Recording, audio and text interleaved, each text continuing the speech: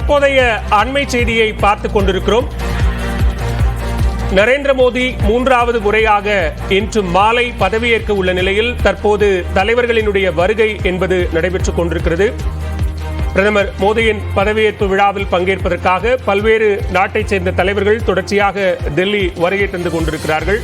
அந்த வகையில் இலங்கை அதிபர் ரணில் விக்ரமசிங்கே, தெலுங்கு தேசம் கட்சித் தலைவர் சந்திரபாபு நாயுடு உள்ளிட்டோரும் தற்போது டெல்லி வந்திருக்கிறார்கள்.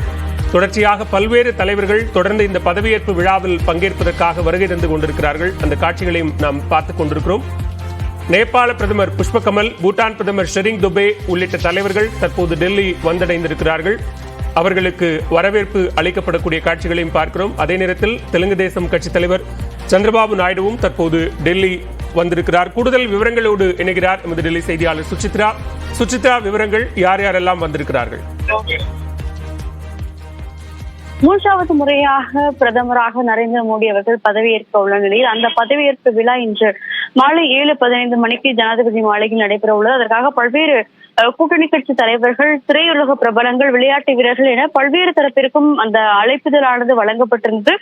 அந்த நிலையில் தற்பொழுது கூட்டணி கட்சியினுடைய தலைவரான சந்திரபாபு நாயுடு ஆந்திராவிலிருந்து தற்பொழுது டெல்லி வந்தடைந்துள்ளார். அவர் மட்டுமல்லாமல் நிதிஷ்குமார், ஐக்கிய ஜனதாதளத்தினுடைய தலைவர் நிதிஷ்குமார் உள்ளிட்ட கூட்டணி கட்சியினுடைய அனைத்து தலைவர்களுமே தற்போது டெல்லி வந்திருக்கிறார்கள்.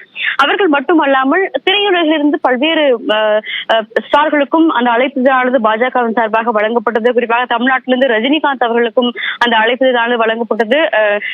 அது மட்டுமல்ல, கூட்டணி கட்சியில் என்ற ஒரு அங்கம் வகித்த அனைத்து தலைவர்கள் மட்டுமில்லாமல் தமிழ்நாட்டிலிருந்து கூடுதலாக சரத்குமார், ராதிகா சரத்குமார் உள்ளிட்ட திரையுலக நட்சத்திரங்கள் மற்றும் அவர் ஏற்கனவே பாஜகவுடைய சார்பாக ஒரு வேட்பாளராக களமிறங்கியிருந்தார், அவருக்குமான ஒரு அழைப்புதலும் வழங்கப்பட்டது. அவரும் இன்றைய நிகழ்ச்சியில் அவங்க ஜனாதிபதி மாளிகைக்கு சென்று அந்த பதவியேற்பு விழாவில் பங்கேற்க உள்ளது குறிப்பிடத்தக்கது.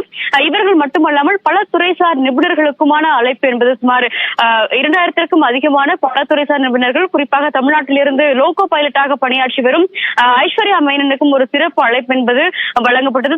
தென்னக ரயில்வேவிலிருந்து அவர் சிறப்பு அழைப்பாளராக அழைக்கப்பட்டு இன்றைய அந்த பதவியேற்பு விழாவின் பொழுது பங்கேற்க உள்ளார். அதன் பிறகு மற்ற மாநிலங்களிலிருந்தும் விளையாட்டு வீரர்கள், தலைசிறந்த விளையாட்டு வீரர்கள், மருத்துவ நிபுணர்கள், கல்வியாளர்கள் என பல்வேறு தரப்பில் சார்ந்து ஒட்டுமொத்தமாக சுமார் 8000 முதல் 9000 பேர் இன்றைய அந்த பதவியேற்பு விழாவில் பங்கேற்க இருக்கிறார்கள். தமிழ்நாட்டினுடைய மாநில பாஜக தலைவர்கள், மாவட்ட மற்றும் செயலர்கள் உள்ளிட்ட அனைவருமே இந்த பதவியேற்பு விழாவில் இன்று நடைபெற உள்ள அந்த பதவியேற்பு விழாவில் அவர்கள் பங்கேற்க உள்ளது குறிப்பிடத்தக்கது. அந்த காட்சிகளையும் நம்மால் நேரடியாகவே காண முடிகிறது. மூத்த தலைவர்கள் முதல் கட்சியினுடைய கடைசி தொண்டர்கள் வரை அனைவருக்குமான ஒரு அழைப்புதல் என்பது இந்த முறை ஒடுக்கப்பட்டுள்ளது. அது மட்டுமல்லாமல் வெளிநாட்டு தலைவர்கள், குறிப்பாக இந்தியாவினுடைய நெய்பர்ஹுட் பாலிசியினுடைய அடிப்படையில் அண்டை நாடுகளுடைய தலைவர்களான இலங்கையினுடைய ரணில் விக்ரமசிங்கே வந்துள்ளார். அதே போல மால்தீவ்ஸினுடைய அதிபரும் வந்துள்ளார். பூட்டான், நேபாள் என அண்டை நாடுகளுடைய அதிபர்கள் மற்றும் பிரதமர்கள் அனைவருமே இன்றைய விழாவில் அவர்கள் பங்கேற்க உள்ளார்கள். இந்த விழா முடிந்த பிறகு ஜனாதிபதி அவர்களுக்கான வெளிநாட்டு தலைவர்களுக்கான ஒரு சிறப்பு விருந்தையும் இன்று இரவு குடியரசுத் தலைவர் மாளிகையில் விழாவிற்கு பிறகு அவர் வழங்க உள்ளது மிக முக்கியமாக பார்க்கிறோம். இன்று மாலை பிரதமர் மோடியினுடைய பதவியேற்பு விழாவில் பங்கேற்பதற்காக பல்வேறு தலைவர்கள் தொடர்ந்து டெல்லிக்கு வருகை தர தொடங்கி இருக்கிறார்கள்.